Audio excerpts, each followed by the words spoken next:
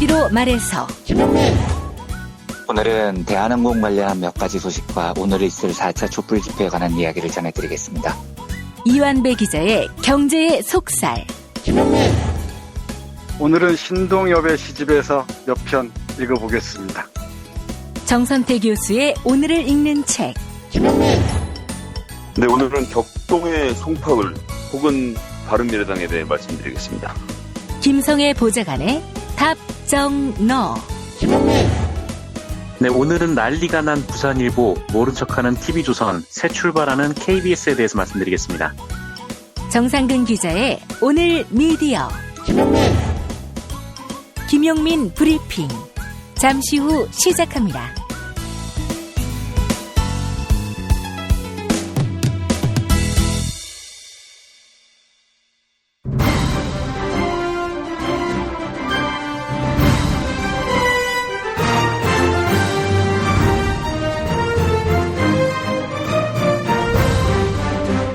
김용민 브리핑.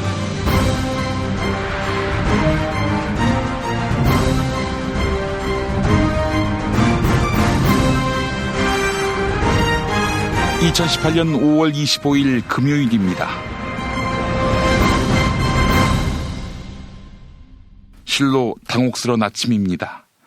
도널드 트럼프 미국 대통령이 6.12 북미 정상회담을 전격 취소했습니다. 트럼프 대통령 서명이 들어간 서한도 공개됐지요. 김정은 조선 국무위원장에게 생각 바뀌면 전화하라는 등 조롱기 가득한 단어며 표현이며 상대방은 물론 중재자 문재인 대통령의 노력까지 두루 농락하는 듯한 태도는 당황스러움을 넘어 황당함마저 부릅니다. 게다가 북한이 핵실험장을 없앤 날 벌인 결정 아닙니까? 청와대도 사전에 전혀 몰랐던 모양입니다. 이게 우방을 대하는 트럼프 대통령의 태도입니다. 우리 국민은 뒤통수 맞았습니다. 하긴 기시감이 있습니다.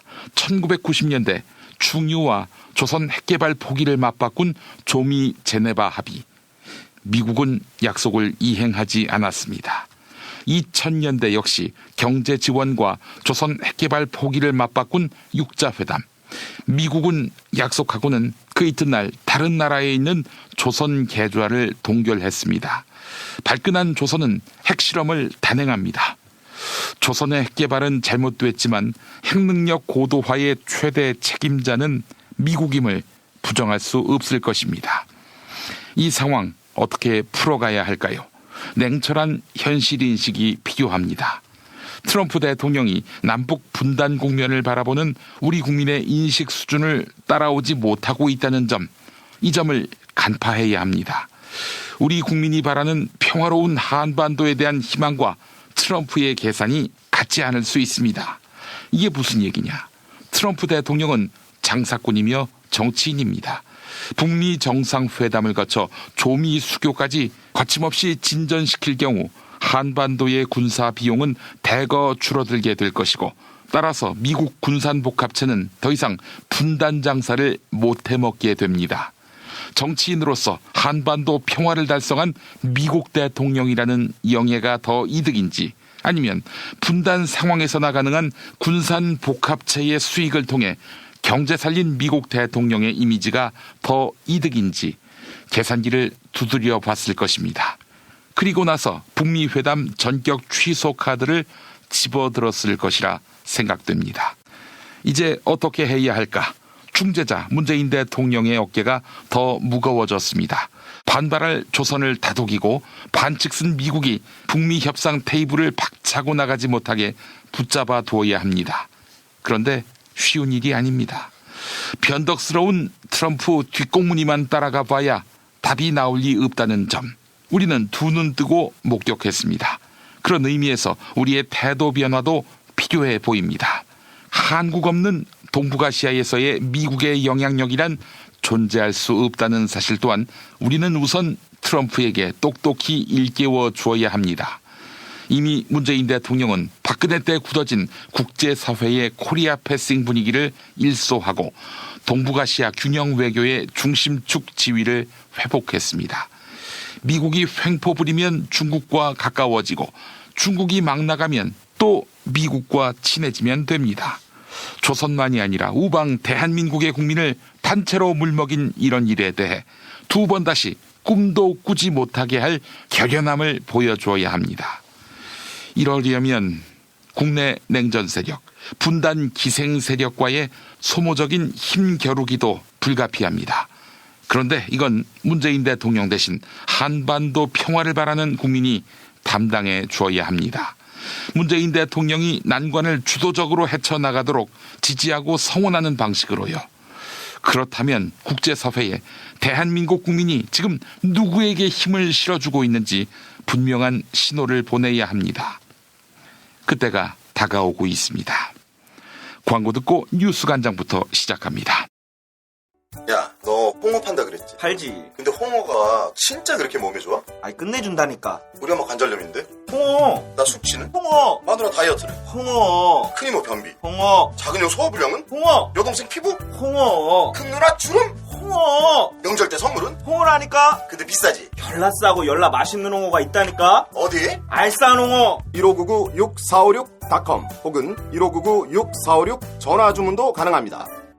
골반 잡자 바로 잡자 바디로직 허리 통증 바로 잡자 바디로직 몸매 교정 바로 여름에도 잡자, 아시죠? 바디로직 라이트. 통기성이 좋아서 한여름에도 쾌적. 신축성은 여전해서 내 몸에도 최적.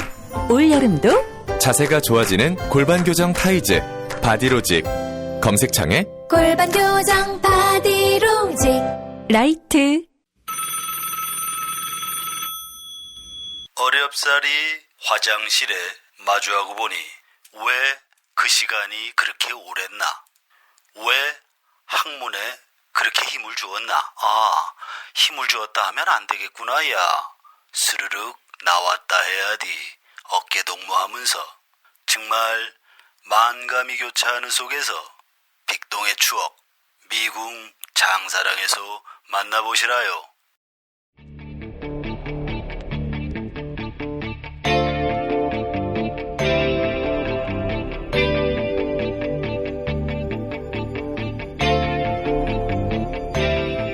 김용민의 뉴스 간장.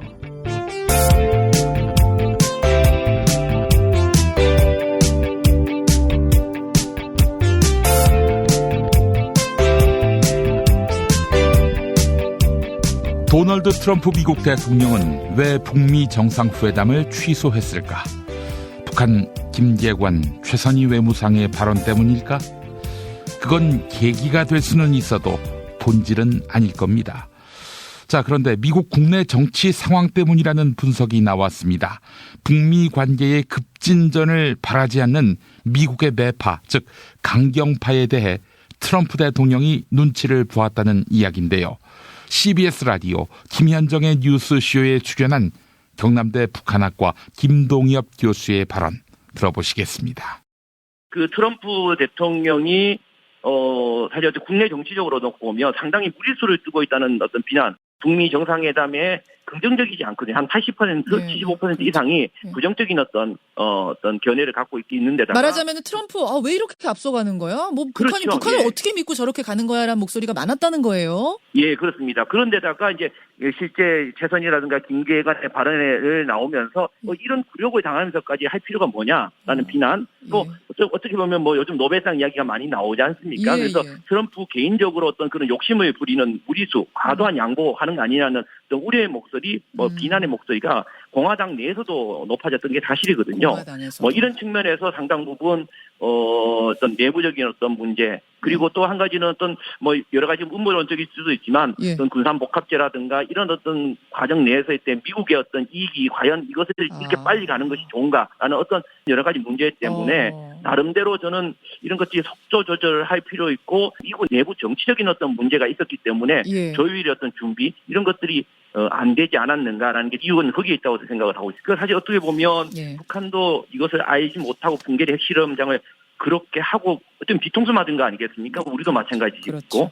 예, 그런 차원에서 본다면 미국 내부적인 어떤 문제가 이게 핵심이 아닌가라고 생각을 하고 있습니다. 이번 한미 정상회담 갔을 때도 그런 어떤 조짐이 좀 저는 보였다고 생각하거든요. 그때 트럼프 대통령이 우리 대통령이 간 상황에서 던진 어떤 말이라든가 질문이라든가 이런 상황을 봤을 때는 지금 조금 이해가 되는 부분이 상당 부분 미국 내부적인 정치적인 문제에서 약간 뭔가 문제가 있었던 것이 아닌가. 라는 저는 그런 어떤 되돌아보면 그런 생각이 좀 듭니다. 근데 저는 그때 어떤 생각을 했냐면 저렇게 트럼프 대통령이 무산될 수도 있다 뭐 이러면 30분씩 모두 발언을 하는 게 김정은 위원장에게 던지는 발언일 수도 있지만 미국 강경파를 향해서 나 주도권 잃지 않을 거니까 걱정 마. 걱정 말고 밀어줘. 이런 느낌으로도 들렸거든요.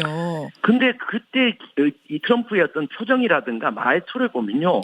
그렇게 자신감 있는 모습이 아니었고 왠지 기분이 나쁜 얼굴이었거든요. 사실은. 오히려 그 자신의 입장을 당당히 하고 주장을 하고 했다면 오히려 우리 대통령이나 이런 쪽에 무게를 실어주고 했을 것이지 상당 부분 어떻게 보면 오히려 시진핑의 어떤 음모설이라든가 이런 것까지 끄집어들어 상당 부분 핑계를 많이 대고 있거든요. 그렇죠. 이런 면에 대해서는 아마 내부적인으로 좀 뭔가 이렇게 갈등이나 문제가 있었지 않을까라는 것을 지금 뭐 되돌아보면 추측해 볼 수 있는 부분입니다. 그렇다면 북한은 어떻게 해야 할까? 김정은 국무위원장은 다소 굴욕적이더라도 현실적 힘을 인정하고 미국의 요구를 수용해야 한다. 이런 주장이 나왔습니다. 한반도 정세에 정통한 정세현 전 통일부 장관의 입장이 그렇습니다. 정세현 전 장관, 한미 정상회담 결과를 보고 유일하게 낙담했던 인물 아닙니까? 정세현 전 장관은 김정은 위원장이 대화의 장에 나오도록 문재인 대통령이 견인할 필요가 있다 이렇게 이야기합니다. TBS 라디오 김어준의 뉴스공장 일부 들어보시죠. 정세현 전 장관 출연분입니다. 남은 10일 동안도 북한의 어떤 그 반응에 따라 다시 뒤집어서 열릴 수도 있는 일말의 가능성도 남아있는 거 아닐까요? 그렇게 되기를 바라기는 하는데 바랄 뿐입니다. 근데 북한이 그러면 그렇다고 북한이 이거 지금 굽혀 들어가는 얘기인데. 그렇죠. 예. 붕괴된 핵실험장 폐기하는 걸 확인하고 이렇게 취소하는 거 보면은 너는 이제 퇴로가 없어.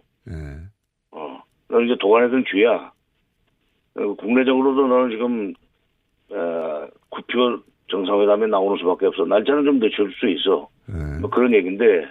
북한이 제일 못하는 게 그거 아닙니까? 굽히는 거.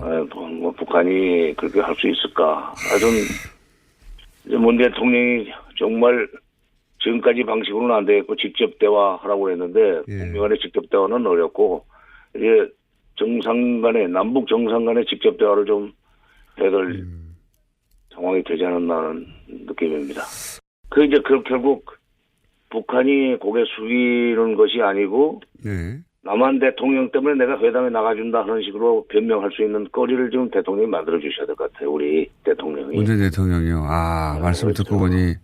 지금 문 대통령이 그야말로 정상 간의 하트라인을 한 라인 통해서 김정은 위원장을 우선 달래고 굉장히 튈 겁니다. 저쪽에 아마 굉장히 강하게 반발할 텐데 그런 그 반발하는 트럼프 대통령의 그런 언행에 대해서 또 반발하는 멘트가 김정은 위원장 입으로 직접 나오기 전에 문 대통령이 서둘러서 산불 나기 전에 먼저 좀 달래는 그런 조치를 취하고 뭐 한 라인이 있으니까 그리고 나중에 물밑 대화를 통해서 정말로 난 서 국정원장이 좀 다시 올라가야 되지 않나 하는 생각입니다.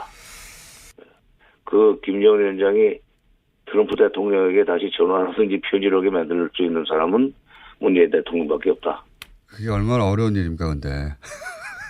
어렵죠. 그러나 또 어려운 일을 잘 해내시더라고요, 문 대통령이. 보니까. 아니요. 그동안에 안 될 것 같은 그 일들이 결국은 됐어요. 그 끈질긴, 이 노력? 자세. 이게 결국 지금 상황을 만들어내지 않았습니까? 작년 지금 77일 만에 이렇게 됐다고 그러지만은 작년 연말까지만 해도 전혀 좀 가망도 없는 그런 상황, 일들이 지금 벌어졌지 않습니까? 벌어졌다가 지금 이상하게 한번 좀 꼬이기 시작했는데, 다시 또 풀어내는데도 대통령의 그 집요한 노력이 다시 상황을 반전시킬 수 있으리라고 봅니다. 다음 이슈입니다. 자유한국당이 이재명 더불어민주당 경기도지사 후보의 형수 욕설 음성 파일을 홈페이지에 공개했습니다. 자유한국당 측은 지방선거 후보자 검증을 위해 이재명 후보의 6대 의혹을 공개하고자 한다. 이렇게 밝혔는데요. 이에 대해 이재명 후보는 저질 네거티브다. 꼭 책임을 물을 것이다. 이렇게 맞받아쳤습니다. YTN 라디오 이동형의 뉴스 정면 승부에 출연한 이재명 후보 그리고 진행자 이동형 작가의 대담 들어보시겠습니다. 오늘 그 하루 종일 실검에 자유한국당하고 이재명 시장 이름이 동시에 올라가 있던데. 그래서 지금 아직 못 봤어요, 제가. 예, 그게 아마 자유한국당 홈페이지에 경기도지사 이재명 후보의 의혹을 국민들께 판단해 주기 바란다. 이러면서 녹취 파일을 공개한 것 때문에 그런 것 같거든요. 그래요? 예. 네. 뭐 한다고 하더니 결국 했는 모양이군요. 예. 네. 이거는 어떻게 저번에 법원 판결로 공개 못 한다고 하지 않으셨었나요? 원래 자유한국당이 법을 지키는 집단이 아니죠. 예. 뭐 법을 무시하고 뭐 온갖 폐악질을 다 저질러서 나라를 지금 이렇게 만들고 그 소속 대통령 2명이 다 있지 않습니까? 예. 원래 그런 집단이라서 뭐 저지를 거다 이렇게 예상은 했습니다. 예상은 했는데 이게 지금 사생활에 관한 네거티브가 분명하고요. 예. 또 법원이 명확하게 금지한 거를 무시하고 지금 위법을 감행하는 것이고 이미 그 이전에 2014년 선거, 뭐 2015년, 16년, 17년 막 계속 반복됐던 건데 이미 이런 점들이 다 반영이 돼서 국민들이 판단하고 계신다고 생각해요. 예. 그 어떻게 그러면 법적 조치 들어갑니까? 여기에 대해서? 생각해보는 중이고요. 예. 어쨌든 사후적으로라도 책임은 꼭 물어야 되겠죠. 물어야 되겠고, 제가 이분들한테 특히 남경필 지사나 자유한국당한테 좀 하고 싶은 얘기가 이런 거예요. 예. 국민들은 링 위에서 규칙을 지키면서 멋있는 승부를 하길 바라죠. 그런데 정상적인 승부로는 도저히 안 되니까 뭐 링 밖으로 내려와서 흙탕물 속에 들어간 다음에 진흙탕으로 들어와라. 뭐 이런 자세인데요. 그 국민들이 별로 그렇게 호의적이지 않을 거다 이 말씀 좀 드리고 싶습니다. 제가 저번에 남경필 후보하고 인터뷰하면서 그 이런 걸 공격하는 건 가족사를 끌어들여서 네거티브 하는 거 아니냐 이렇게 질문 드렸더니 네. 가족사 네거티브가 아니고 인격의 문제다. 네. 후보가 되면 안 되는 사람들 이렇게 이야기를 하시더라고요. 일단은 이게 이제 뭐 사연이야 많지만 예. 여튼 제가 인격 수양이 부족해서 벌어진 일이고 뭐 폭언한 건 또 사실이니까 예. 제가 잘못했지요. 또 그 잘못한 점에 대해서 뭐 당연히 책임져야 되고 또 여러 차례 사과드렸지만 또 사과드립니다. 예. 그런데 제가 한 말씀 좀 드리고 싶은 거는 예. 우리 남경필 지사께서도 노모를 모시고 계시는 공직자 있거든요. 공직자한테 정말로 힘들고 꼭 해야 될 일이 이제 친척 비리를 막는 건데 이게 이제 가까운 형님의 시정 개입 또 뭐 인사청탁, 이권청탁 뭐 이런 것들을 막다가 생긴 갈등에서 시작됐고 또 한 가지는 그냥 그 일 때문이 아니라 차마 입에 담을 수 없는 폐륜적 폭언을 어머니한테 하고 또 심지어 어머니를 때려서 입원시키고 이런 상황에서 우발적으로 벌어진 일인데 가족 간에 어머니를 때리고 욕하고 이런 문제로 생긴 다툼을 몰래 녹음했지 않습니까? 예. 일종의 몰카 비슷한 건데 그거를 틀어놓겠다. 뭐 제가 욕한 걸 뭐 부인하면도 모르겠는데 다 인정하고 있는 판에 정말 꼭 그렇게까지 해야 되는 거냐 한번 제가 여쭙고 싶고요. 한마디만 더 붙이면 특히 우리 남지사님은 제가 남지사님 사생활에 관해서 말하자면 할 게 없겠습니까? 그러나 제가 지금도 말씀드리지만 저는 그런 저질 네거티브 안 합니다. 한편 남경필 자유한국당 경기도지사 후보는 이재명 후보를 경쟁자로 인정하기 어렵다. 이렇게 목소리를 높였습니다. 또한 경기도지사 선거는 공적 영역이기 때문에 국민의 알 권리가 중요하다. 이렇게 밝히며 음성 파일을 공개한 이유를 설명했습니다. SBS 러브 FM 김성준의 시사전망대에 출연한 남경필 후보 그리고 진행자 김성준 앵커의 일문일답 들어보시겠습니다. 자, 근데 공약 얘기 좀 더 나누고 싶습니다만은 워낙 지금 경기도지사 선거가 이재명 후보와의 사이에 치열하게 전개가 되고 있어서 그 현안에 대해서 몇 가지 좀 질문 안 드릴 수가 없겠는데요. 네네. 지금 이 후보의 욕설 음성 파일 있지 않습니까? 네. 이거 근데 홍준표 대표가 선거 때 대해서 이걸 틀겠다 이렇게 얘기를 했는데 굳이 왜 그때 놔두시지 않고 직접 문제를 제기하고 나오셨어요? 근데 이게, 같은 후보로서. 예.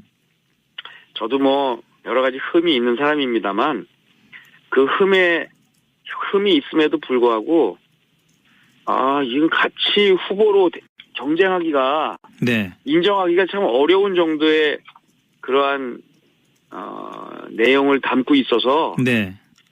제가 민주당에게 후보로 교체를 요구했습니다. 예. 민주당이 특히 추미애 대표가 이 동영상 음성 파일을 듣고도 공천을 했다면 저는 이건 납득이 안 가거든요. 네. 거기에는 여성에 대한 폭력 그리고 또 인간에 대한 존중이 없는 것 또 권력을 가진 사람의 상대적인 약자에 대한 갑질 이런 것들이 다 포함되어 있는데 네. 그걸 듣고도 공천을 한 거라면 이해가 되지 않고요. 만약에 안 듣고 공천했다면 꼭 들어보고 빨리 후보를 교체해달라는 요구를 한 겁니다. 예. 근데 이게 사실 이번에 처음 나온 얘기가 아니잖아요. 대선 때, 대선 경선 때도 나왔고 그 전에도 그렇죠. 문제가 제기가 됐던 건데 경기도민들도 상당 부분 이 음성 파일의 존재 사실을 알고 있고요. 아니죠. 존재하는 건 저도 알았는데요. 네. 들어보진 못했거든요. 예. 혹시 들어보셨나요? 예, 전 어쨌든 취재 때문에 들어볼 수밖에 없었습니다. 예. 들어보셨다면 느낌이 있으실 텐데요. 예. 들어보면 귀를 의심하게 되고요. 이런 분이 정말 경기도지사를 대한항공 일가족의 갑질 동영상 같은 경우에 사실은 사적인 영역이고 하지만 국민들이 듣고 분노하고 거기에 대한 확실한 이 처벌을 하게 되잖아요. 네. 그렇다면 이 부분은 대한항공 경영진보다 경기도지사의 영역은 훨씬 더 중요하고 공적입니다. 그렇죠. 그 부분에 대해서 국민들이 듣고 판단하시고 그리고 나서 결정하실 그런 권리가 전 있다고 생각합니다. 진실은 반드시 밝혀진다고. 무엇이 진실입니까? 대통령이라고 하는 지위를 진실을 밝히지 않는 데에 역이용해서. 김보영 아나운서가 함께합니다. 아프니까 팩트다. 안녕하세요. 아프니까 팩트다 김보영입니다. 문재인 대통령이 발의한 대한민국 헌법 개정안이 국회에서 투표 불성립 처리됐습니다. 어제 국회는 본회의를 열어서 정부 개헌안을 상정했는데요. 야당 의원들이 표결에 불참하면서 처리가 무산된 겁니다. 자유한국당은 본회의에 참석하지 않았고 바른미래당과 민주평화당 그리고 정의당은 본회의에 참석은 했지만 표결에 참여하지는 않았습니다. 결국 더불어민주당이 단독 표결에 나섰지만 의결 기준인 제적의원 3분의 2, 192명에는 미치지 못했습니다. 이에 정세균 국회의장은 투표 불성립을 선언하며 국회가 개헌의 불씨를 살려줄 것을 당부했습니다. 정세균 국회의장의 발언 들어보시죠. 6월 안에 여야가 최대한의 지혜를 모아 국회 단일안을 발의할 수 있기를 바랍니다. 더 이상 미룰 명분도 시간도 없습니다. 그런데 일각에서는 헌법에서 정한 처리기한을 넘긴 만큼 정부의 개헌안은 폐기 수순을 밟게 된다 이렇게 주장합니다. 이에 이데일리가 문재인 대통령 개헌안에 대해 법적 사실관계를 확인해봤습니다. 지난 3월 26일 국회에 접수된 대통령 개헌안은 어제까지 표결해야 했습니다. 헌법 130조는 국회는 헌법 개정안이 공고된 날로부터 60일 이내에 의결하여야 한다 이렇게 명시하고 있기 때문입니다. 다만 60일 기한 종료 뒤 개헌안을 어떻게 할지에 대해서는 헌법과 법률에 관련 조항이 없습니다. 현재 대통령 개헌안은 본회의 계류 상태를 유지하고 있는데요. 국회 본관 의안과 관계자는 대통령 개헌안은 폐기된 것이 아니고 본회의 계류 안건으로 그대로 두는 것이다라고 설명했습니다. 다만 대통령 개헌안을 재차 표결에 붙일 수는 없다는 것이 정치권 안팎의 중론입니다. 60일 안에 의결을 해야 하기 때문에 다시 의결한다면 위헌이 된다는 겁니다. 지금까지 아프니까 팩트다였습니다. 스피드 퀴즈입니다. 돌잔치, 칠순잔치, 가게 홍보, 체육대회, 창사기념일. 정답! 기념품! 문제를 끝까지 들으셔야죠. 이럴 때 사용하는 판촉물이나 기념품, 답례품, 단체 선물 등을 취급하는 전문업체로서 국민을 위해 제대로 일하는 언론과 정당에 후원을 하는 판촉물 전문업체는 어디일까요? 정답! 네피알! 네? 어디라고요? 네피알! 네, 정답입니다. 판촉물이나 단체 선물이 필요할 때 이왕이면 우리 편 회사 네피알을 찾아주세요. 인터넷 검색창에 네피알을 치시거나 032-519-4800으로 전화주시면 친절하게 상담해드립니다. 그런데 상품은 뭔가요? 네피알에 가서 고르세요. 3만 가지가 넘는 물품이 있어요. 탈모인 여러분, 샴푸 살 땐 반드시 천연 99% 이상, pH 5.5, 피부 자극 1% 미만인지 확인하세요. 2, 3일에 머리 하나 더 빠지는 걸 우습게 보지만 2, 3년이면 정수리만 1000개 차이 납니다. 그렇지만 샴푸로 머리가 나진 않으니 이미 빠진 곳은 어쩌냐고요? 뿌리 깊은 샴푸 두피 영양제가 있습니다. 보건복지부상, 에이펙 최우수 기술상, 발모 촉진 조성물 특허 99%의 효과, 식약처 인증으로 부작용 없는 유일한 모낭 영양제. 가격도 세트로 구입하시면 두피 모발, 피부 개선까지 하루 330원. 뿌리 깊은 샴푸 쇼핑몰에서 기적의 사용 후기도 검색해보세요. 1566-7871. 중고차죠? 네. 그런데 이 차 진짜 있는 거 맞죠? 정말 이 가격에 살 수 있는 거죠? 아이, 그럼요. 빨리 오시면 됩니다. 여러분, 이거 다 거짓말하는 걸 아시죠? 더 이상 속지 마세요. 허위 매물에서 우리의 가족과 이웃을 지키는 더불어 중고차. 직영 정비소를 운영하여 더욱더 믿음이 가는 더불어 중고차. 카카오톡 검색창에 더불어 중고차를 검색하시거나 1661-3363, 1661-3363으로 전화주세요.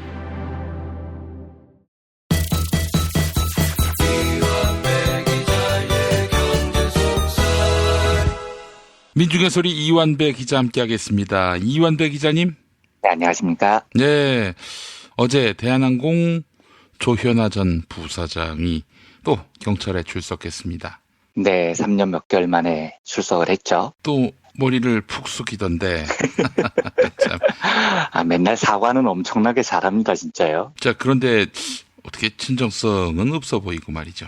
당연히 진정성이 없겠죠. 네. 근데 이 집안은 좀 이쯤 되면은 이제 더 이상 경영은 어렵겠다라고 판단할 법도 한데 그렇게 머리가 안 돌아갈까 하는 생각도 들고 말이죠. 예, 전방위적으로 지금 국가 수사기관들이 지금 다 개입을 하고 있으니까요. 이 정도면 저는 시그널이라고 보여지는데 제가 대한항공 일가 문제를 금요일마다 전해드리는 이유도 그런 겁니다. 권력을 놓기가 참 힘든 거예요, 재벌들은요. 그래서 이걸 한 번만 제대로 성공을 시키면 이번 일을 계기로 조가 일가를 재벌 경영에서 몰아내기만 하면 아마 저는 우리나라 재벌 경영에 많은 변화가 있을 거라고 생각을 합니다. 그래서 이번 대한항공 사태가 굉장히 중요하고요. 뭐 제가 의도한 바는 아니지만 그래서 계속 금요일 방송에서는 대한항공 이야기를 많이 하게 되는 것 같아요.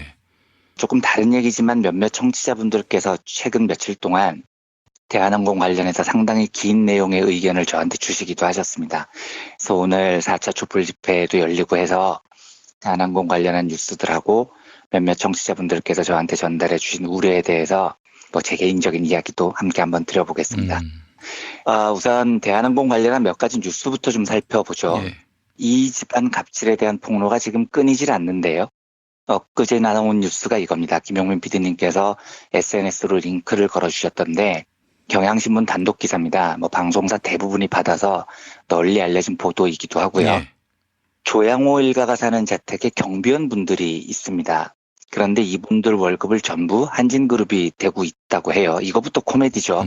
자택 경비원 비용을 왜 회사 돈으로 내는지 벌써 도덕적 해이가 시작됩니다. 근데 이게 사실 모르는 분들은 회장님 집의 가사도우미들을 회사가 돼도 문제가 없는 것 아닌가? 이렇게 생각하는 분들도 있어요, 사실.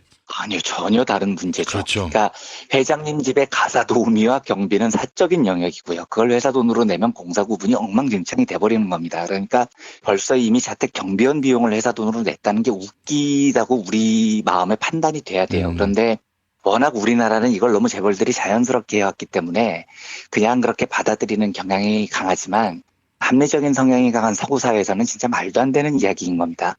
그리고 경비 노동자 분들이라는 분들은 경비를 맡는 겁니다. 그런데 이번에 폭로된 기사들을 보면 이분들의 작업 일지 어떻게 돼 있냐면요. 생수 주문 이런 게 있어요. 그 생수 주문이 경비 업무에 왜 들어가 있는 겁니까? 도둑이 들어오면 생수병으로 도둑을 내리쳐라 이런 게 아니라면 생수 주문 같은 업무가 경비 노동자 업무일 수가 없는 거죠. 이거 외에도 주방 후드 청소 이건 또 뭡니까? 도둑이 주방 후드를 타고 내려올 리도 없는 거고요. 조양호 집 지방 후드는 굴뚝처럼 돼 있는 게 아니라면은요. 정원 흙 퍼내기도 있습니다. 도둑 들어오면 거기 묻으라는 건가? 이게 아니라면 말이 안 되는 거죠. 예. 제일 이해가 안 되는 건 강아지 배설물 치우기. 아하. 예, 배설물로 도둑을 때려라 이게 아니면 이건 경비 업무가 아닌 겁니다. 그런데 이런 잡무를 시키는 것을 떠나서 자택 경비원이 방송 뉴스에 인터뷰를 한 걸 보니까 이명희 씨가 이제 필리핀 가정부한테 폭행을 행사하는 건 비일비재인데 경비원들이 일하는 게 마음에 들지 않는다고 가위나 화분을 집어 던졌다는 겁니다. 그래서 경비원 증언이 조금씩 언성이 높아지면서 주체를 못하면 그때부터 욕을 해요. 그리고 던져요. 뭐든지 던질 수 있으면 뭐든지 사람이 있는 쪽으로 그냥 던져요. 이렇게 증언을 하시더라고요. 그 물컵 던지는 거 그 이상이네요. 그렇죠. 가위를 사람한테 던졌다는 거니까요. 예. 그런데 이유가 이렇습니다. 문이 열려 있는 걸 보고 이명희가 막 승질을 내면서 가위를 던졌다는 거예요. 왜 문을 열었느냐. 그러니까 경비원분들은 근무 교대를 위해서 문을 열었다 이렇게 설명을 했는데 그 설명을 듣고도 이명희 씨가 그냥 앞에 가위가 보이니까 그걸 사람 쪽으로 집어 던졌다는 겁니다. 화분은 왜 던졌느냐. 경비실 안에 화분이 있었대요. 그걸 보이니까 왜 화분을 거기다 두냐라고 승질을 내면서 화분을 던졌다는 겁니다. 근데 엽기적인 건 화분을 던졌는데 화분이 안 깨진 적이 있대요. 그러면 다시 주워가지고 와 해서 다시 화분을 콘크리트 바닥으로 던져서 확실하게 깨뜨렸다는 겁니다. 경비노동자분께서 경찰 조사에서 이런 진술을 다 했다고 해요. 이명희 씨는 자기 존재가 법 위에 사는 사람이라고 생각해서 그런지는 잘 모르겠지만 저는 경찰 기사를 해봐서 이게 무슨 차이인지를 압니다. 이건 그냥 폭행이 아니고 특수폭행이라는 겁니다. 그냥 폭행은 반의사 불벌죄라고 해서 폭행당한 사람이 처벌을 원치 않으면 처벌이 안 돼요. 그런데 특수폭행, 물건을 사용해서 폭행을 한 경우에는요. 반의사 불벌죄가 적용이 안 됩니다. 그러니까 조현민이 물컵을 던졌을 때 한사코 나는 사람 얼굴을 향해서 안 던졌다라고 주장을 하는 게 이 특수폭행을 피하기 위한 이유입니다. 그런데 지금 이명희는 가위를 사람 쪽으로 던졌다는 거니까요. 형법 체계를 제가 잘 모르지만 이게 입증만 되면 특수폭행 플러스 그 이상의 범죄가 될 겁니다. 왜냐하면 특수폭행의 정의가 위험성이 있는 물건을 사용하는 폭행이거든요. 그리고 위험성 있는 물건은 총, 칼 이런 것만 뜻하는 게 아닙니다. 빗자루도 특수폭행 도구가 될 수 있어요. 방망이, 망치 이런 건 당연하고요. 그렇죠. 그런데 가위를 사람한테 던졌으면 이건 굉장히 만만치 않은 범죄가 되는 거죠. 이런 일도 있었다고 합니다. 이명희가 어느 날 나오더니 나 문 안 잠글 거야. 그러니까 너 알아서 근무해. 이렇게 이야기를 한대요. 이 말은 내가 언제든지 밤에 나올 수 있으니까 밤에 자지 말고 밤새서 순찰 돌아라 이런 이야기입니다. 좀 주무시지 왜 잠을 안 자고 남을 괴롭히는지 모르겠어요. 그러니까 이명희 씨가 이렇게 안 잔 건 순전히 경비 노동자를 괴롭히기 위해서 안 자는 거잖아요. 그렇죠. 이것도 참 정신세계가 독특한 거죠. 그런데 제가 제일 화가 났던 건 이명희 씨가 가끔 경비 노동자분들께 먹을 걸 준답니다. 그런데 먹을 걸 주면 유통기한이 지나서 사람이 못 먹는 걸 준다는 겁니다. 그 경비원 진술이 이래요. 자기가 봐가지고 과일 상태가 진짜 나빠지고 그러면 그제서야 가서 먹으라고 해요. 예전에는 자기들이 뭐 먹고 나서 남은 족발 한두 개인가 3개 정도를 준 적도 있어요. 이렇게 증언을 하시더라고요. 참 이거 진짜 노예를 대하듯이 노동자를 대하는 거잖아요. 이 미치지 않고서요 어떻게 이런 짓을 합니까? 그러니까요. 이 족발 남은 거 3조각 던져주면 받는 사람 심정이 얼마나 비참해지겠습니까? 진짜 이 뉴스가 되게 화가 많이 나더라고요. 김용민 PD님께서도 앞서 말해주셨지만 관계당국의 수사도 계속 강도를 높여가고 있습니다. 이명희에 대한 수사당국 조사도 이런 증언들을 다 모아가면서 진행이 되고 있는 것 같고요. 말씀해 주셨듯이 조현아, 땅콩회항 주인공 어제 서울 출입국 외국인청 여기에 출석을 했습니다. 출입국 관리법 위반 혐의를 받는 피의자 신분으로 출석을 했어요. 조현아는 필리핀 노동자분들에 대해서 항공 연수생으로 가정해서 한국에 입국시킨 다음에 가사 도우미로 고용했는데 요걸 조현아가 주도했다는 겁니다. 뭐 말씀해 주셨던 대로 조현아는 전혀 진심이 담기지 않는 무리를 일으켜서 죄송합니다. 요 말만 하고 사라졌죠. 성의도 없어 성의도. 정말 성의가 없더라고요. 그냥 예전에 했던 대로 그대로 말하고 그냥 들어가 버렸었던 겁니다.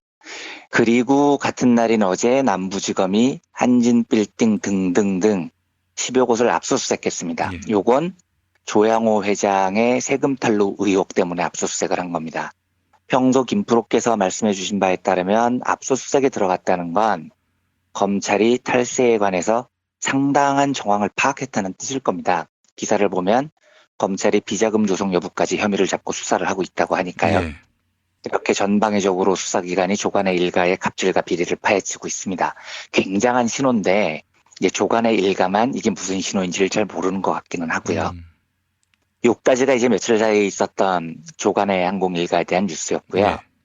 지금부터는 좀 편하게 들으실 수 있는 개인적 이야기를 몇 가지 드려볼까 합니다.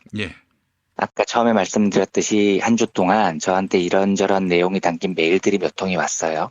그 메일에는 제가 매주 있는 대한항공 촛불 집회에 대해서 홍보를 하니까 그게 조금 거북하다는 말씀이셨습니다. 이분들 말씀은 대한항공 노동자들이 평소부터 좀 정의로웠다면 나도 연대하고 도울 생각이 있다. 그런데 그 사람들이 그런 사람들이 아니었지 않느냐. 박창진 사무장 일만 해도 박 사무장이 회사로부터 탄압받을 때 대한항공 노동자들이 얼마나 외면하고 비아냥거렸느냐. 평소에는 조간해하고 붙어 먹다가 지금 와서 정의로운 척 가면 쓰고 집회하는 게 불편하다. 이런 내용들이었습니다. 그렇게 말씀하시는 분들 심경이 이해가 됩니다. 진심으로 그렇습니다. 실제로 박창진 사무장이 목 뒤에 종양이 생긴 적이 있었잖아요. 스트레스를 심하게 받아서.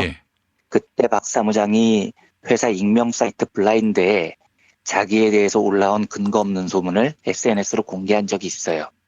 그 내용을 보면 대한항공 노동자들이 박 사무장을 향해서 종양 생긴 것도 아픈 척 꾀병 부리는 거다. 박창진은 승무원의 수치다. 연예인병 걸렸다더라.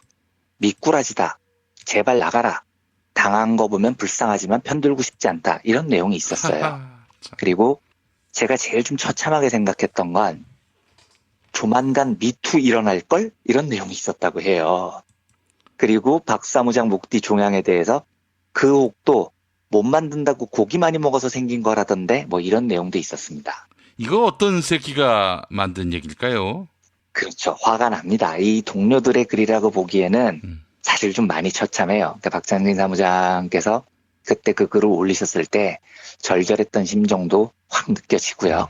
그러니까 이런 것들이 공개가 된 적이 있어서 많은 분들이 지금의 대한항공 노동자분들의 투쟁을 조금 고운 시선으로 보지 못하는 마음이 있는 것 같습니다. 그리고 그 심정 충분히 이해가 된다는 말씀을 먼저 드립니다. 뭘 어떻게 이해가 돼요? 그 이야기를 제가 지금부터 드리겠습니다. 이게 왜 이해가 돼야 되냐면 그러니까 들으시면 화가 나시잖아요. 김용민 PD님께서도요. 저도 그렇습니다. 모든 사람들이 들으면 화가 나는 거예요. 그런데 여기서부터는 제 경험담인데 회사, 자본이라는 거대한 존재와 싸움을 한다는 건요. 이게 진짜로 쉽지 않은 일입니다. 그리고 그 과정에 몸을 담으면 정말 별의별 사람이 다 있어요. 그리고 별의별 일을 다 겪게 됩니다. 그래서 우리가 흔히 하는 오해 중에 이런 게 있어요. 거대한 싸움, 명분을 건 싸움을 하는 사람들은 왠지 다 훌륭한 투사처럼 보이고 매우 뛰어난 인격을 가지고 있고 정의에도 불타고 뭐 이런 기대가 있는 겁니다. 그런데 그게 안 그래요. 그러니까 아무리 명분상 위대한 싸움을 해도 거기도 사람 사는 세상이기 때문에 별의별 사람들 많고요. 치사한 사람도 있고요. 얍삽한 사람, 곧 배신할 것 같은 사람, 허술한 사람, 오만 사람들이 다 섞여 있는 겁니다. 제가 40대 중반에 민중의 소리에 오겠다고 했을 때 진보운동에 오랫동안 몸담았던 친구들이 저를 보고 한참 걱정스러운 표정으로 해줬던 이야기가 이거였어요. 야, 완배야, 너 혹시 너무 큰 기대 갖고 오지 마라.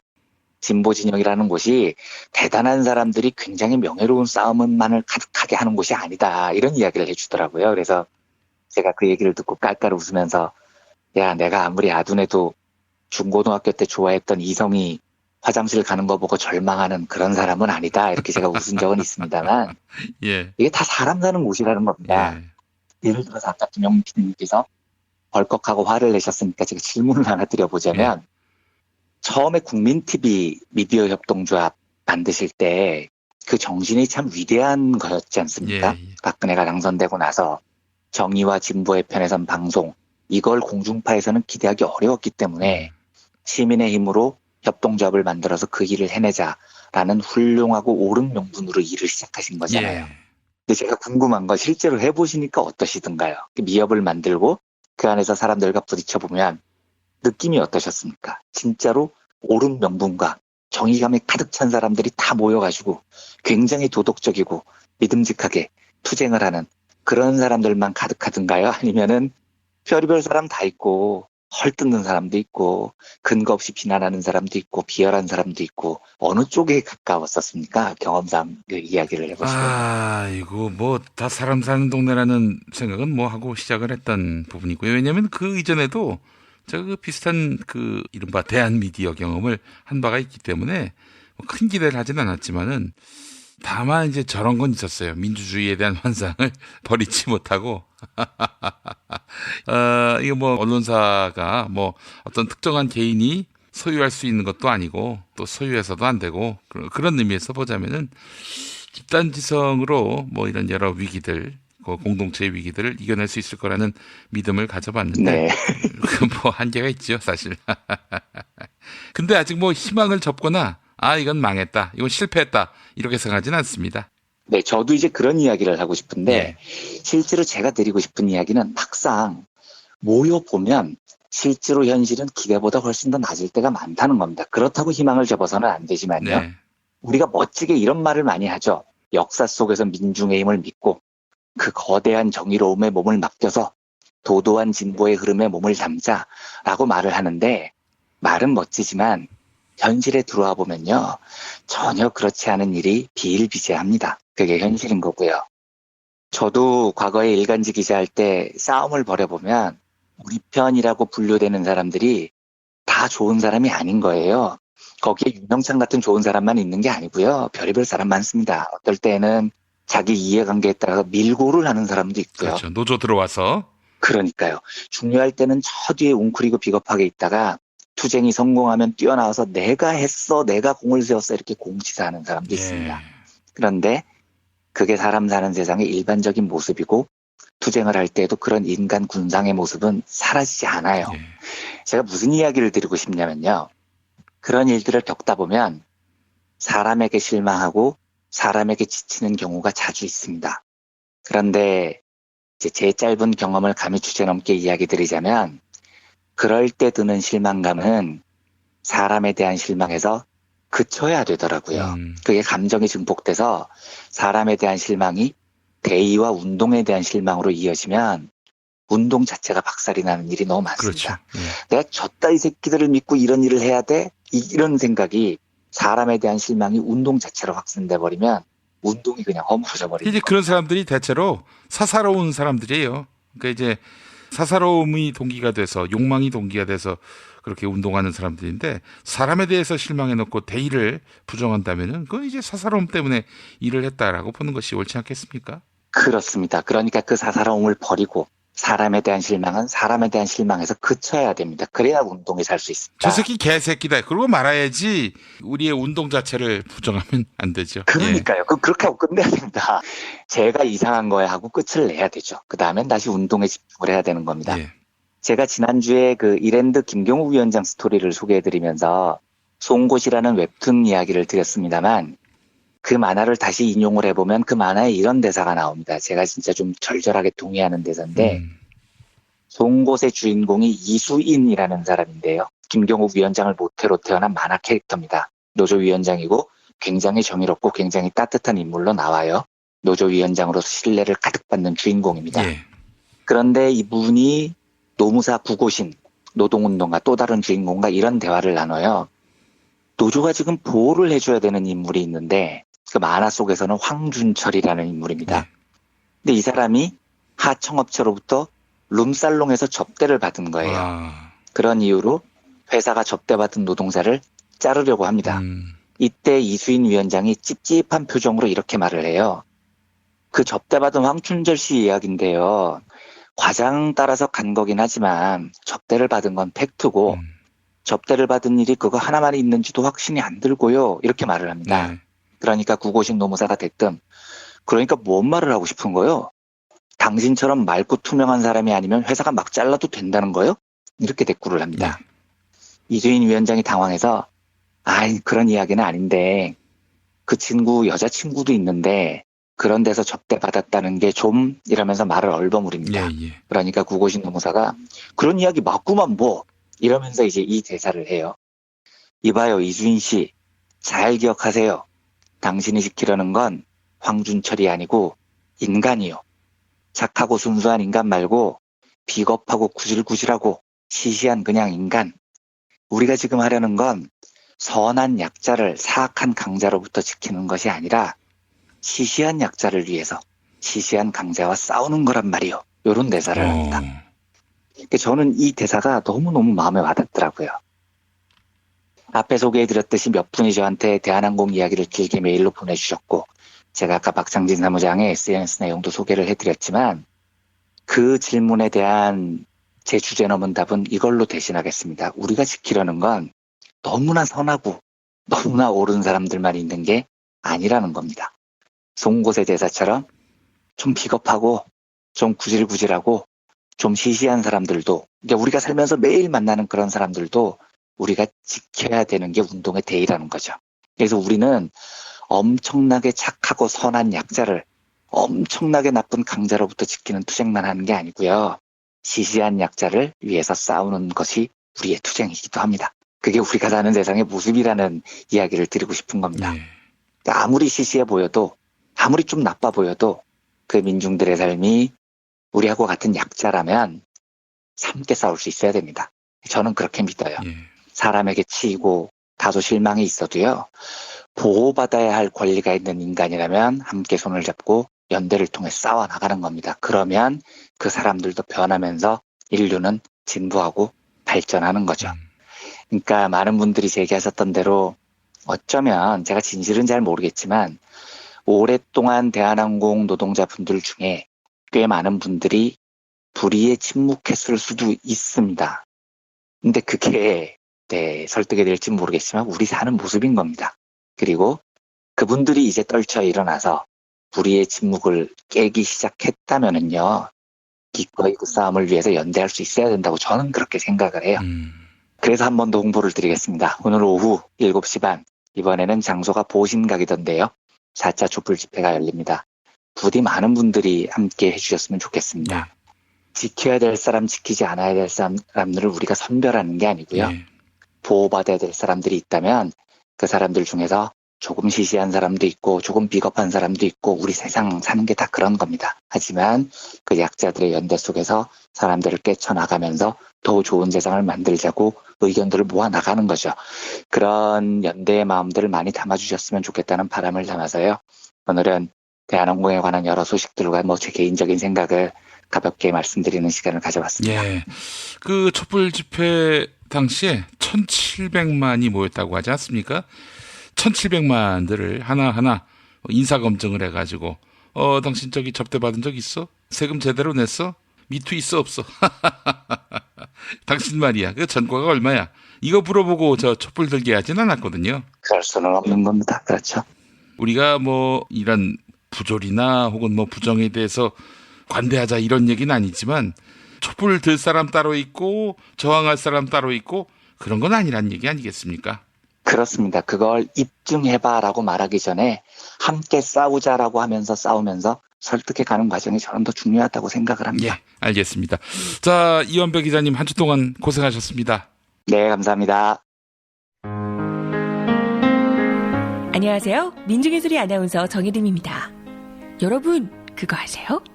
민중예술이가 드디어 2018년 5월로 무려 18살이나 되었답니다. 와! 생일 축하합니다. 생일 축하합니다. 그래서 민소창간 18주년을 맞이해 5월 한 달간 소액 광고 모금을 하고 있습니다.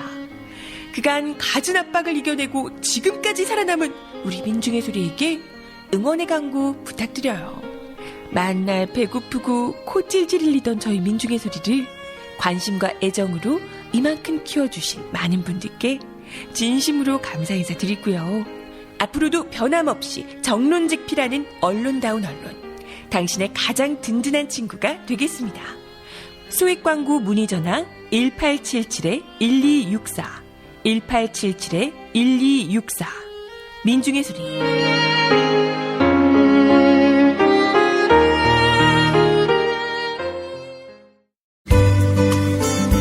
노력한 만큼 내어주는 자연. 그 자연의 마음을 알기에 정성농장 홍삼. 검색창에서 정성농장 홍삼을 검색해주세요. 010-9754-6972 다이어트를 위한 꿀팁. 동결건조 채소와 곡물, 단백질, 그리고 효소와 비타민, 미네랄로 만든 다이어트 전용 그린 스무디로 하루 한두 끼만 바꿔 드세요. 비타샵에서 만나요. 술자리 많은 요즘 3차까지 달린 당신을 위한 필수품. 전창걸의 새싹 땅콩차. 이제 속쓰림은 잊으세요. 070-8635-1288 070-8635-1288 생활인을 위한 꿀팁. 집 두 채에 월 10,000원 화재보험 카페. 화재 배상, 심지어 도난 피해까지. 여기에 더해 가전제품 고장 수리비까지. 연중 무휴라 언제든 02849-9730. 아이고 무릎이야. 무릎펜 몰라? 무릎펜? 무릎펜이라고 이번에 새로 나온 무릎 관절 보호대야. 네이버에서 무릎펜을 검색해봐. 상담은 010-2255-4489 최 과장을 찾아주세요. 차장님, 아직도 받은 명함 일일이 휴대폰에 저장하세요? 스마트폰으로 찍기만 하면 바로 입력해주는 리멤버가 있잖아요. 대한민국 대기업 임원 2명 중 1명이 사용하는 국민명함 앱 리멤버. 지금 바로 다운받으세요.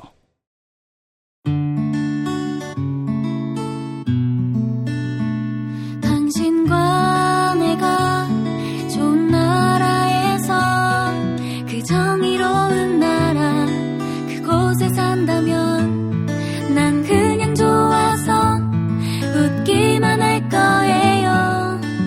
당신의 뉴스 보좌관 김용민 브리핑. 대한민국 뉴스 브리핑의 선두주자 김용민 브리핑. 계속해서 김보영 아나운서가 오늘의 날씨를 전해드립니다.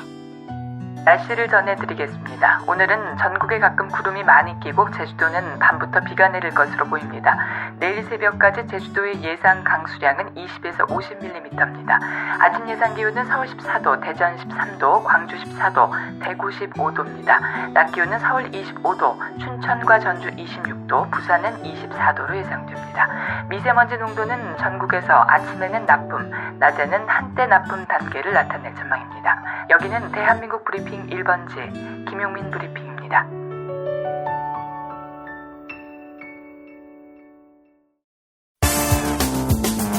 오늘을 읽는 책, 문학평론가인 국민대학교 국문학과 정선태 교수와 함께합니다.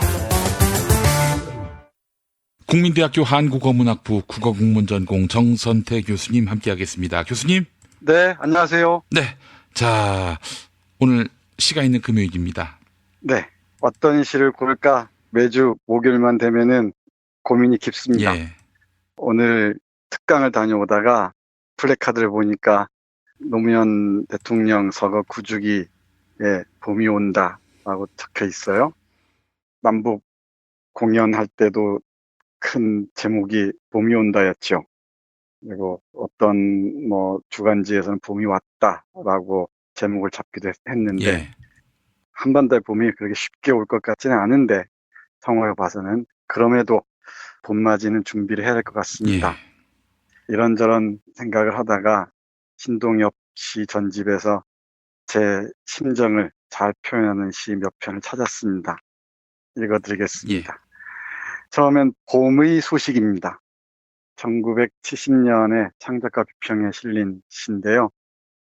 읽어보면 이렇습니다. 마을 사람들은 되나 안 되나 쑥덕거렸다.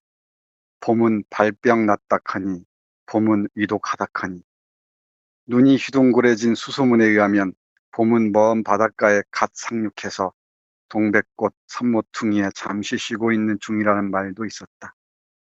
그렇지만 봄은 마저 죽었다는 말도 있었다. 광증이 난 악한한테 몽둥이 맞고 선지피 흘리며 거꾸로 지더라는. 마을 사람들은 되나 안 되나 쑥덕거렸다. 봄은 자살했다 커니 봄은 장사진에 벌었다 커니. 그렇지만 눈이 휘둥그레진 새 수소문에 의하면 봄은 뒷동산 바위 밑에 마을 앞 개울 근처에 그리고 누구네 집 울타리 밑에도 몇 날 밤 우리들 모르는 새에 이미 숨어와서 봄 단장들을 하고 있는 중이라는 말도 있었다. 네, 이런 작품입니다. 여기서 얘기하는 봄이 민주주의일 수도 있겠고요. 또는 우리 한반도의 평화일 수도 있을 겁니다. 네, 봄이 온다는 소식이 있긴 있는데 또 다른 여러 가지 쑥덕거림도 있습니다. 봄이 발병났다고 말하는 사람도 있고요. 봄이 위독하다고 말하는 사람도 있고 또 어떤 사람은 봄이 맞아 죽었다는 말도 있고 또 광증이 나서 악한한테 몽둥이에 맞고 선지피 흘리며 거꾸로 졌다는 얘기도 들려옵니다. 또 어떤 사람은 봄은 지가 알아서 죽었다는 얘기를 하기도 하고 또 어떤 사람은 봄은 이미 내장해버렸다고 얘기하기도 합니다. 또 이 시에 있는 구조는 아니지만은 또 봄이 오기를 극히 두려워하는 사람들, 봄이 오는 것을 회방하는 사람들도 적지 않을 겁니다. 봄이 올까봐 두려움에 떨면서 어떻게든 봄이 오는 길을 가로막고 서 있는 자들도 없지 않을 겁니다.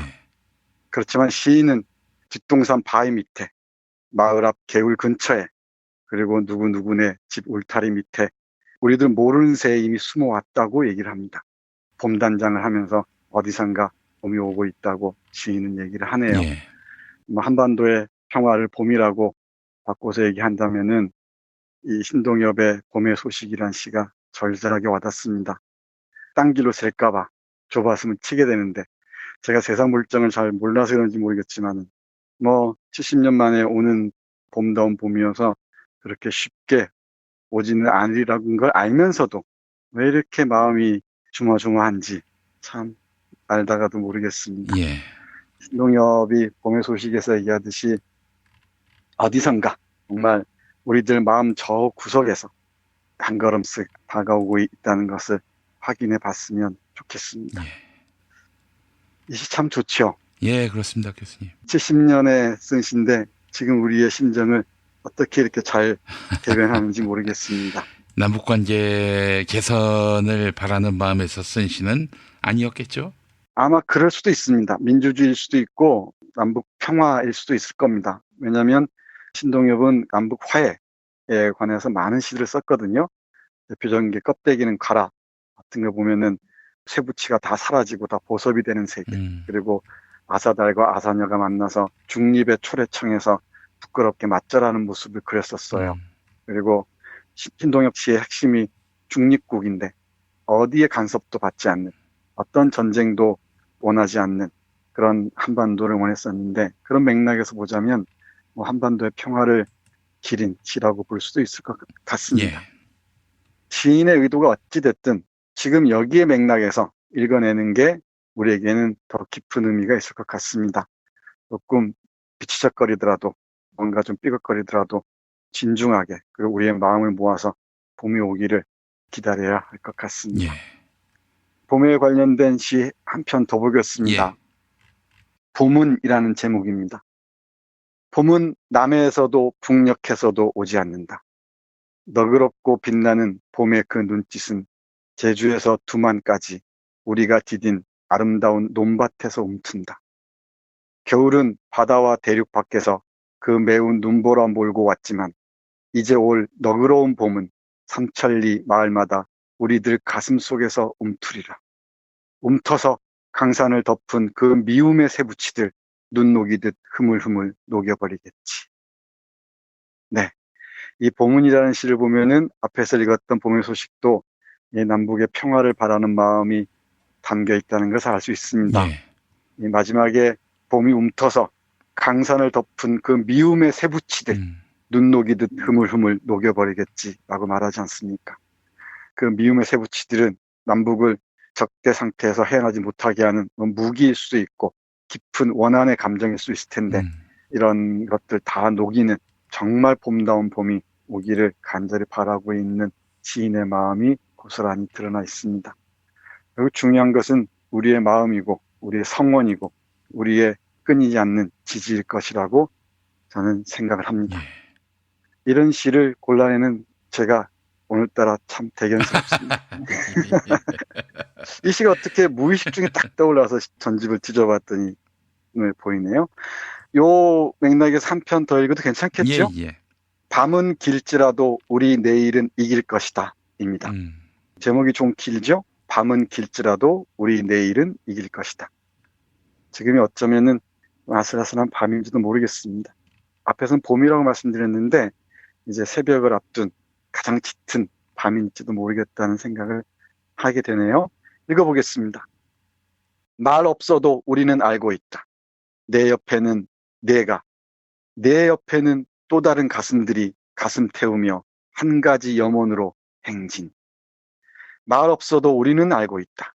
내 앞에는 사랑이, 사랑 앞에는 죽음이 아우성 죽이며 억진 나날 넘어갔음을. 우리는 이길 것이다. 구두 밟힌 목덜미, 생풀 뜯은 어머니, 어두운 날 눈 빼앗겼어도. 우리는 알고 있다. 500년 한양 어리석은 자 때 아직 몰려 있음을. 우리들 입은 다문다. 이 밤 함께 겪는 가난하고 서러운 안 죽을 젊은이. 눈은 포도위 묘향산 기슭에도 속리산 동학골 나려 쌓일지라도 10사람 10,000사람의 주먹팔은 묵묵히 한 가지 염원으로 행진. 고을마다 사랑방 찌개그릇 앞 우리들 두 쪽난 조국의 운명을 입술 깨물며 오늘은 그들의 속을 밤은 길지라도 우리 내일은 이길 것이다. 네, 오늘은 그들의 속을일지 모르지만 또 미국과 중국 사이에서 낀 우리의 그 힘겨운 시간일지 모르지만 그 시간이 밤일지 모르지만 내일은 우리가 이길 것이라고 얘기합니다. 그 조건이 내 옆에 있는 또 다른 사람들, 또 그 다른 사람들 옆에 있는 또 다른 가슴들이 가슴 태우면서 한 가지 염원으로 행진할 때야 우리 내일은 이길 수 있다고 말을 합니다. 그리고 그 내일은 우리가 바라는 정말 평화롭고 우리가 원하는 아름다운 세상일 수 있겠죠. 그리고 이 묘향산 기슭에서 속리산 동학골에서 우리 아우성들이 모여서 이런 간절함들이 현실로 다가왔으면 참 좋겠다는 그 심정도 읽을 수가 있습니다. 이 밤은 길지라도 우리 내일은 이길 것이다. 읽고 나니까 조금 아쉽고 서운해요. 네, 그렇습니다. 그래서 한 편 더 골랐습니다. 정말 그렇죠? 예, 그렇습니다. 이것도 제 심정을 잘 보여주는 것 같은데 신동엽 선생하고 저하고 어젯밤 꿈을 만났던 것 같습니다. 예. 제목이 술을 많이 마시고 잔 어젯밤은입니다. 읽어보겠습니다. 술을 많이 마시고 잔 어젯밤은 자다가 재미난 꿈을 꾸었지. 나비를 타고 하늘을 날아가다가 발 아래 아시아의 반도, 삼면에 흰 물거품 철썩이는 아름다운 반도를 보았지.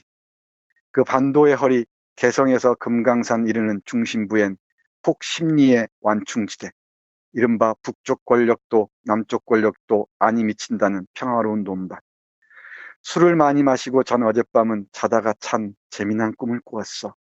그 중립지대가 요술을 부리되 너구리 새끼, 사람 새끼, 곰 새끼, 노루 새끼들 발가벗고 뛰어노는 폭심리의 중립지대가 점점 팽창되는데 그 평화지대 양쪽에서 총불이 마주 겨누고 있던 탱크들이 180도 뒤로 돌대 하더니 눈 깜빡할 사이 물방개처럼 한때는 서귀포, 한때는 두만강 밖, 거기서 제각기 바깥 하늘을 향해 총칼들 내던져 버리되 꽃피는 반도는 남에서 북쪽까지 완충지대, 그 모든 새부치는 말끔히 씻겨가고 사랑 뜨는 반도, 황금이삭 타작하는 순인의 마을, 도린의 마을마다 높이 높이 중립의 분수는 나붓기대 술을 많이 마시고 잔 어젯밤은 자면서 허망하게 우스운 꿈만 꾸었지. 네, 1968년에 발표한 시입니다. 이때는 사실 압축성장기고 말이죠. 모두가 이제 가난으로부터 탈피하는 것에 혈안이 됐던 그런 때였는데 한반도 민족의 문제에 대해서 관심을 갖고 또 이런 분단 해체를 꿈꿨다는 것 자체가 굉장히 불온하게 여겨질 그런 시기였는데 참 선각자네요. 신동엽 시인이. 맞습니다. 어젯밤 술 많이 마시고 잔 꿈이라고 얘기하지만 그 꿈이 정말 현실로 다가오기를 저는 간절히 바라면서 이게 그렇게 멀지 않았다고 또 생각도 해요. 저도 오늘 술 한 잔 마시고 꿈을 꿔봐야 알겠지만 한번 상상해 보십시오. 그 중립지대가 DMZ를 가리키겠죠. 중립지대가 확장하더니 이 평화지대 양쪽에서 총뿌리를 마주 겨누고 있던 탱크들이 180도 뒤로 돕니다. 그리고 그 순간에 이 탱크들이 물방개처럼 한 무리는 서귀포 밖으로 가고 한 무리는 두만강 밖으로 가서 제각기 바깥 하늘을 향해 총칼들을 내던져 버린다는 꿈을 꿉니다. 그러면서 이 꽃피는 반도는 어느 체제에도 예속되지 않는 완충지대로서 모든 새부치가 말끔히 씻겨가고 사랑이 뜨는 반도가 돼야 한다고 얘기합니다. 그리고 거기서는 높이 높이 중립의 분수가 나붓기더라는 그런 꿈을 꾸었다고 하네요. 저는 개인적으로 중립국가에 대해서 호의적인 편입니다. 우리가 스위스나 오스트리아나 이런 중립국가들을 많이 떠올리기도 하는데 우리 한반도가 살아갈 큰 비전은 신동엽 선생의 시에서만이 아니라 현실에서도 이 중립구상이라는 것을 한번 상상해 볼 필요는 있지 않을까 생각합니다. 말도 많고 탈도 많았던 국민방위군 사건.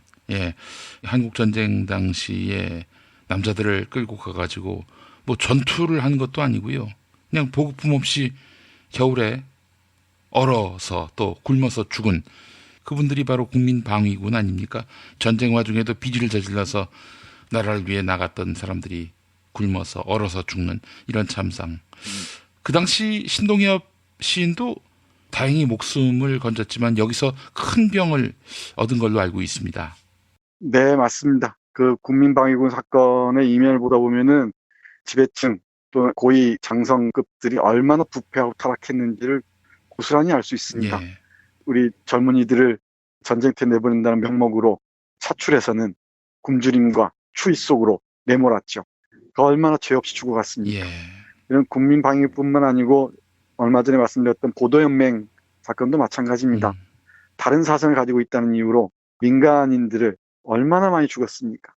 많이 잡아도 20만 명이라고 그랬죠. 이 보도연맹 사건도 마찬가지고요. 그게 분단이 우리에게 몰고 온 정말 그 지옥과도 같은 시간이었습니다. 그래서인지 분단에 대한 인식이 남달랐고 또 한반도 평화, 전쟁 없는 세상을 꿈꾼 신동엽 시인의 각별한 마음이 이 시의 만인도가 있었던 것 같아요. 네, 그렇습니다. 그리고 50년 전에 쓴 것이지만은 이 봄이 오기를 간절히 바라는 마음, 평화로운 한반도가 하루빨리 자리 잡기를 바라는 마음이 정말 여실하게 와닿죠. 오늘도 역시 우리 김 PD가 앙코를 하지 않아도 한 편 더 읽어드려야겠습니다. 오늘 시들을 정리하는 작품이라고 볼 수 있을 것 같은데 조국입니다. 조국이라는 제목입니다. 조금 긴데요. 제 아주 좋은 목소리를 읽어드리겠습니다. 화창한 가을, 코스모스 아스팔트가에 몰려나와 눈먼 깃발 흔든 건 우리가 아니다. 조국아, 우리는 여기 이렇게 금강연변 물을 다듬고 있지 않은가.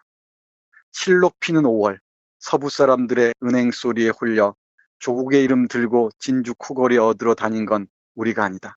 조국아, 우리는 여기 이렇게 꿋꿋한 설악처럼 하늘을 보며 누워있지 않은가. 무더운 여름 불쌍한 원주민에게 총 쏘러 간 건 우리가 아니다. 조국아, 우리는 이렇게 쓸쓸한 간이역 신문을 들추며 비통 삼키고 있지 않은가.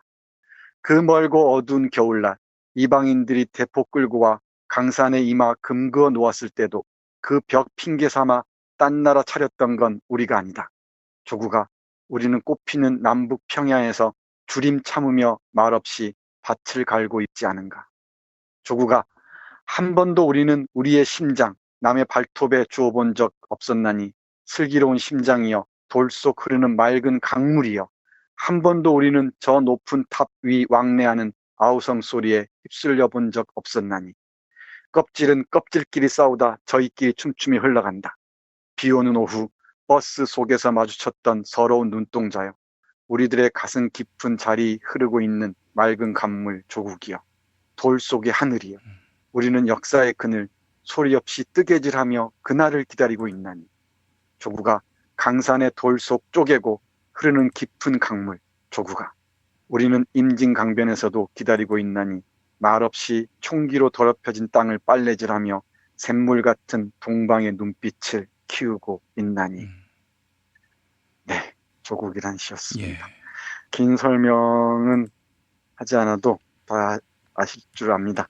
껍질은 껍질끼리 싸우다 저희끼리 춤추며 흘러간다. 네, 껍데기들은 껍데기끼리 싸우다가 저희끼리 사져갈 겁니다. 껍데기는 가라. 네, 그렇습니다. 우리 돌 속에 흐르고 있는 물을 찾기 위해서 돌을 쪼개고 그 깊은 강물을 우리가 맞이해야 한다는 거죠. 그리고 총기로 더럽혀진 땅을 말없이 빨래질하면서 샘물 같은 동방의 눈빛을 키우자고 합니다. 그리고 그날이 오기를 기다리면서 소리 없이 뜨개질을 하자고 합니다. 고운 사람들을 맞이할 준비를 하자는 얘기겠죠. 아주 너덜너덜해진 조국을 감싸는 따뜻한 옷이 될 수도 있겠죠. 네, 봄이 비치적거리면서라도 우리에게 오기를 간절히 바라면서 오늘 신동엽 시인의 시 몇 편 읽어드렸습니다. 알겠습니다. 아이고 벌써 껍데기는 간 것 같습니다. 교수님.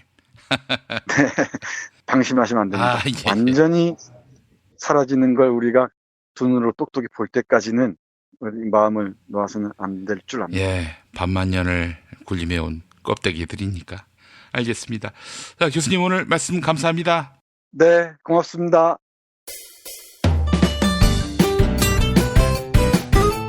뉴스포렌메리 코너 시간입니다. 김용민 트위터 계정에서는 매일 설문조사가 진행되고 있습니다. 도널드 트럼프 미국 대통령이 조미 정상회담을 취소했습니다. 트럼프 대통령은 김정은 조선 국무위원장에게 공개 편지를 보내며 지금 올해 계획해온 회담을 하기엔 부적절하다고 느꼈다. 이렇게 밝혔는데요. 조미 정상회담 취소는 누구에게 가장 큰 책임이 있다고 보는지 시민들께 여쭙습니다. 오늘 새벽 2시까지 모두 4,512분이 의견을 남겨주셨습니다. 88%의 시민들이 미국에 가장 큰 책임이 있다고 응답해 주셨습니다. 조선의 책임이 있다는 의견은 10%, 한국 2%로 나타났습니다. 트위터를 통해 시민들의 의견 듣고 있습니다. 김준성님, 트럼프 대통령의 노벨 평화상은 날아갔다. 너무나도 미국스러우면서 미국스럽지 않은 대통령. 그래도 우리 문재인 대통령님 수고하셨습니다. 양현수님, 조선이 핵실험장을 폐기하자마자 뭐 하는 짓인가요? 우리 문재인 대통령님 너무 고생이 많으시네요. 설문조사에 참여해주신 여러분에게 감사의 말씀 전합니다.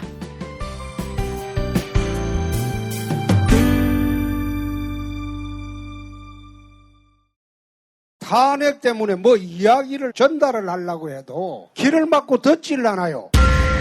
해족 수준으로 쪼그라든 한국 보수. 회생의 길은 과연 있을까? 변화된 정치 환경, 갈 길 잃은 보수에게 새로운 희망을 제시한다.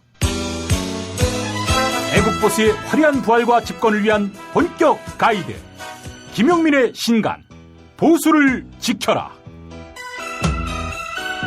진중권도 투표하는 보수 정당. 광주에서도 일당이 될 수 있는 보수 정당. 젊은이들의 입당이 줄을 잇는 보수 정당. 언제까지 민주당 정의당을 부러워만 할 것인가? 부러우면 진다니까? 자유한국당 당원 김용민이 쓴 보수를 지켜라. 이김에서 나왔습니다.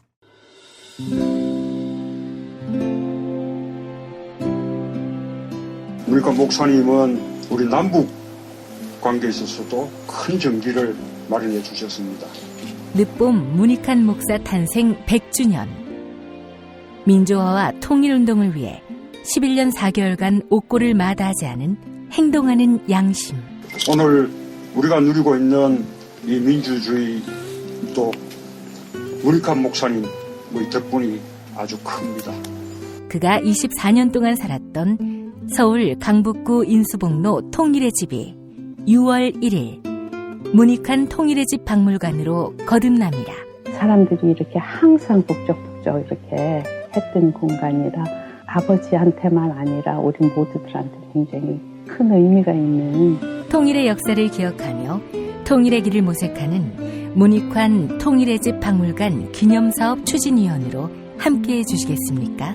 이건 단지 어떤 유가족들의 유산이 아니라 우리 시대가 가지고 있는 유산이기 때문에 자세한 안내는 포털 사이트에서 문익환 통일의 집을 입력해 주세요.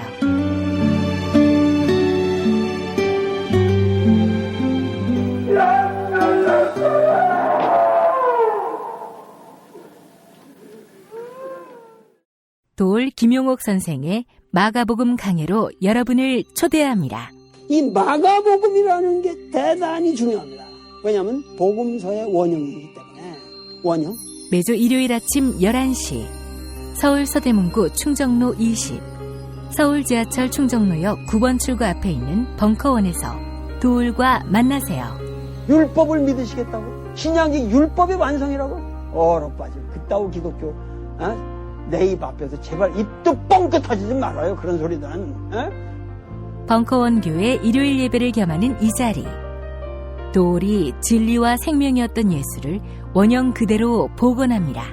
그 십자가를 과감하게 걸머지고 돌아가신 예수를 말하지 아니하고 믿으면 너는 금방 축복받을 일만 남았다. 이게 한국 목사들 99%의 거짓말 설교예요. 돌의 마가복음 설교는 따로 녹화 녹음되지 않으며 현장에서만 만나실 수 있습니다. 어제 뉴스 기능력 평가 코너 하루 쉬어갔습니다. 클로징 사연 당첨자는 정돈지님입니다. 게시판에 이메일 적어주세요. 별을 따다 군가재에서 만든 강릉 두부도넛 보내드립니다. 오늘 한겨레 사설 트럼프의 북미 정상회담 취소와 북한 핵실험장 피해기 일부를 소개합니다. 북한은 말로는 미국 고위 인사들을 비난하면서도 외신과 남한 언론이 지켜보는 가운데 풍계리 핵실험장을 폐기했다. 완전한 비핵화를 향한 의지를 과시했다고 볼 수 있다. 이런 의미 있는 행동을 평가하지 않고 단지 과격한 말을 문제 삼아 정상회담을 취소한 트럼프 대통령의 태도는 온당하지 않다. 특히 미국의 체제 안전 보장 방안이 명시적으로 나오지 않은 상태에서 북한이 풍계리 핵실험장을 폐기한 것은 매우 의미 있는 결단이다. 북한의 풍계리 핵실험장 말고 다른 적당한 핵실험장 후보지가 없는 것으로 알려진 만큼 이번 폐기 절차는 미래의 핵을 포기하겠다는 선언이라고 평가할 수 있다. 미국은 이제라도 북한과 대면해 정상회담 취소를 불러온 쟁점들을 정리하는 게 옳다. 북미는 한편으로는 자제하고 다른 한편으로는 더 적극적으로 대화할 필요가 있다. 여기까지입니다. 참 점잖게 썼는데 국민의 마음은 당혹스럽습니다. 청와대가 국내 정치 걱정할 일 없도록 응원하는 일, 국민의 몫이 됐습니다. 1부 들어주셔서 감사합니다. 2부도 많은 청취 바랍니다.